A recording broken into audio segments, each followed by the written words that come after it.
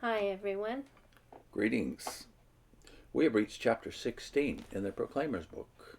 This one is entitled Meetings for Worship, Instruction, and Encouragement. And it begins this way. Congregation meetings are an important part of the activity of Jehovah's Witnesses. Even when circumstances make it very difficult, they endeavor to attend their meetings regularly in harmony with the Bible's exhortation, "Let us consider one another, to incite to love and fine works, not forsaking the gathering of ourselves together, as some have the custom, but encouraging one another, and all the more so as you behold the day drawing near." And of course, it's the standard proof text, Hebrews 10:24-25. Where possible, each congregation holds meetings 3 times a week for a total of 4 hours and 45 minutes. However, the nature of the meetings, as well as their frequency, has varied according to what has been needed at the time. In the first century, manifestations of the miraculous gifts of the Spirit were a prominent feature of Christian meetings. Why? Because by means of these gifts, God bore witness to the fact that he was no longer using the Jewish religious system, but that his Spirit was now on the newly formed Christian congregation. At the meetings of early Christians, prayers were offered, praises to God were sung, and emphasis was placed on prophesying, that is, conveying revelations of the divine will and purpose, and imparting instruction that would uphold those who heard it. Those Christians lived at a time when there was marvelous developments in connection with God's purpose. They needed to understand these and know how to work in harmony with them. However, the way in which some of them handled matters at their meetings was not balanced, and as the Bible shows, counsel was needed so that things would be done in the most beneficial way. And they reference 1 Corinthians 14, 1-40. The whole chapter. Okay. Were the features that characterized the meetings of those early Christians also evident when the Bible students met together in the 1870s and thereafter? Of course, this book is now 33 years old, and therefore this information about the frequency of meetings and even the amount of time spent at meetings is wrong now. Yeah. And we were somewhat surprised, I remember, when witnesses recently removed told us about the changes. Yeah. We had no idea until about, 8-9 years ago, that all these changes in the direction of fewer meetings. Yeah. And then it was less time in field service as well. All of this came within the last 10 or so years. And even they're relaxing in a lot of areas, not just meetings, which are significantly less, I would say, than these days, considering the day is drawing near. It doesn't really make sense, but they have less meetings. They have less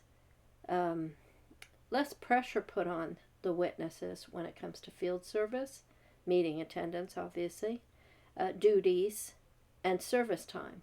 Yeah. Now, the requirement for being able to tick off that you did service is a few minutes. Yeah, minutes. This would be unbelievable if you told me when we were pioneering back in the 70s and 80s that one day they'll be not counting time anymore and beards and all the rest of the stuff they've relaxed in the last few years. Right. We would have said different religion, and we would have been right in a way, because how are you considering one another in the sense that this classic proof text, the witnesses and the churches also use, by the way, this classic proof text, which you don't know the real meaning of or the context of. We'll get to that in a minute. But it's all in the direction and with the motivation, as it says, in terms of considering one another and provoking one another to love and good or fine works. But it's all the more so as you behold the day drawing near. So it's one of the proofs of the last days that you're getting more intense in your application of this as the day draws near. But that we see a different direction. So it doesn't fit with that scripture, because you would think they would have more meetings, not less, as or the more day draws insistence near. that you're there. But even their prohibitions have weakened, or just have less. They have less prohibitions on the individual witnesses. So what is the motivation? It can't be because they don't think that the time is near, because they still say it. Pound on that. I think it's circumstances. They're losing people, and they know they can't pressure these people anymore. They have to relax it to keep people. Yeah, they're caught in a bind here, aren't they?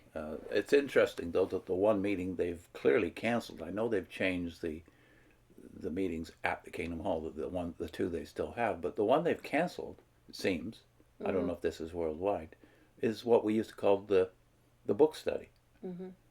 Interesting, we called it the book study. Because that's what you were studying, a book, not the Bible. But it's about as close as we ever got to a house fellowship. Yeah. But that's exactly what Hebrews is talking about. He's not talking about they didn't go to church anymore. They went to, in the Jewish system of things, and not just the Jewish system of things, but the Christians of the first generations kept going to synagogue and kept going to the temple where it was accessible. Yeah, just look at the end of Acts 2. It says that they were daily going to the temple, the Jerusalem congregation.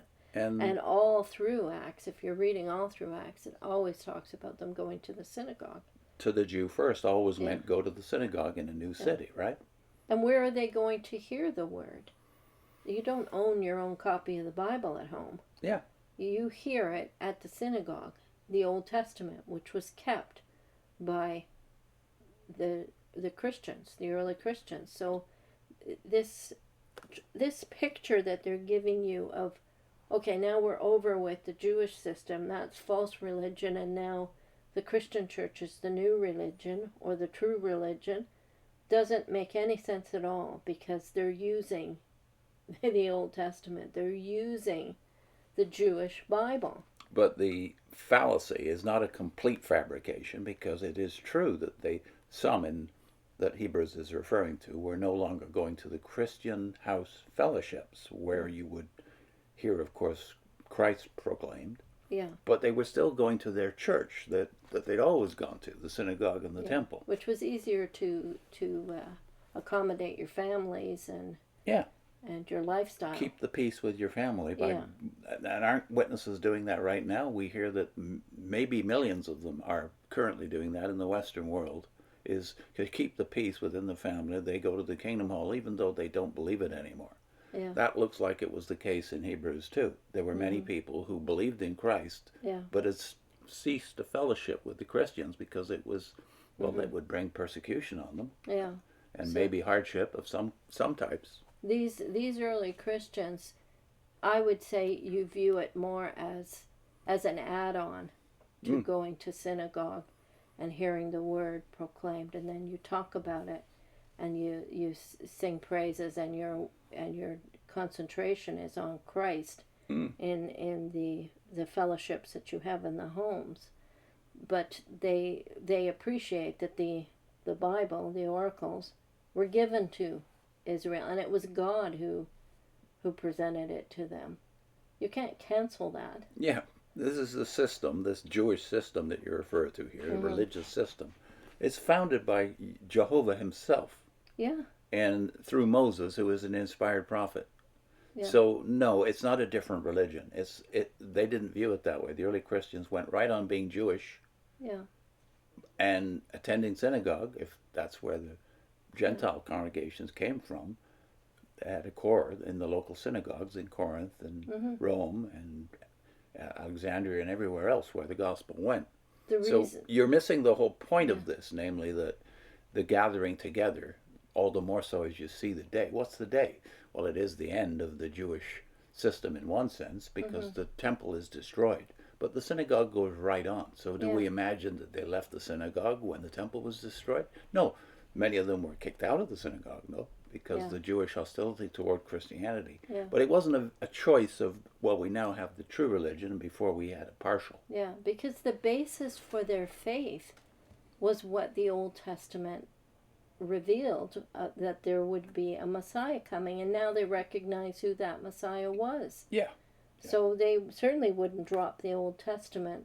They wouldn't drop where they have access to it I willingly. I would want to question though, and this is my main takeaway from these paragraphs. Do the witnesses, that is, does jw.org still believe we're in the last days? I think they're waffling on that. Really? The fact they're giving off mixed signals, like they're changing things about the Great Tribulation, Armageddon, and etc. the generations. And talking about you may die in this, you may have to die in the system of things. This was not the talk in our day. Right. That's So true. are they trying to keep the best of both worlds? Like you said, they're still keeping up the insistence that the last days is upon us, and it could happen any time now. But at the same time, they're hedging their bets by releasing the pressure on witnesses to conform to the separation that we got used to. Yeah, and giving themselves a little more latitude because, well, overlapping generations. I think there's one more thing to say here based on their choice of 1 Corinthians 14 for the long paragraph here. They're talking about the miraculous gifts and how that this proved that God was now approving of the Christian congregation versus the Jewish system. But you've missed a very big point, namely that women carry the watchtower. And that's been true probably since at least Rutherford's day. The women have carried the watchtower because they are the most of the preachers in the local congregations are female. In the field service. In the they field can't be service. elders, but they're the bulk of preachers outdoors, like to men in the public. Yes, and that has to be so because at least in past generations, women didn't work full time, but now they do. So I don't know how much has changed in terms of the ratio, but I suspect, well, we know from our experience, the women carried the ball far more than the men did in the local preaching work.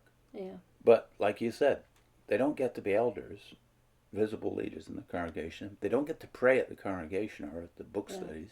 But you can they can rely on them for doing the preaching. The field service work. So the apostles and the prophets would be horrified. Yeah. Because the women in not just in the Jewish culture, but in many cultures of the Roman Empire, women do not interact with men. Yeah. But we are going the way of Jehovah's Witnesses, went the way of the world. Yeah. Which is, well, women are free, let's use them. Well, this isn't just a witness thing, but too often people read the scriptures and they're picturing it as being like our culture or our time and our ways of doing things, because that's what you're familiar with and used to, and it seems normal. Only because that's the way things are here. That doesn't mean they're good. They might be normal to you because that's the way society has things. But you can't take your time frame and just stick it in a different time and place. No, it's first of all, it's a misuse of Corinthians. Obviously, you're not going to pick 1 Corinthians if you want to make the case that women have to have a limited role. This is the chapter where Paul actually says that women should be silent in the churches.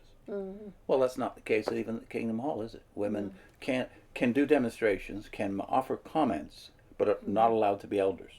Yeah. Not allowed to pray. Yeah. So they've obviously done a selective collection of proof texts, and they like Corinthians for the principle of order. In fact, the very last verse of that chapter is God is a God of order, not of disorder, not of chaos, right? But you select what you want, and that's always been the case, of course, from Rutherford and Nor and friends. Yeah. What's our link? Well, our link this time, I happen to know, it's Ray Franz, and it's on the gathering principle and their use of the text, Hebrews 10. But I've inserted something. I remember when we discussed this, we thought, why don't we insert what Westcott, who is a name that witnesses know, what does he have to say about this? Because he wrote the famous English commentary on the Hebrews. What did he say about this gathering? Well, he said basically what we just said, that the gathering was not going to church as we would think of it, going to the Kingdom Hall. It was the house fellowship, or even going to the temple, which is an addition to what they were already doing. Yeah. So they didn't stop going to church. They stopped attending the peculiarly Christian house fellowships. Yeah. So that's what it's talking about. So more on that in the link we're going to put on your screen. We'll also put the description from that particular video into this description. into this right? description, yeah. Okay. All right. See you next time. Bye.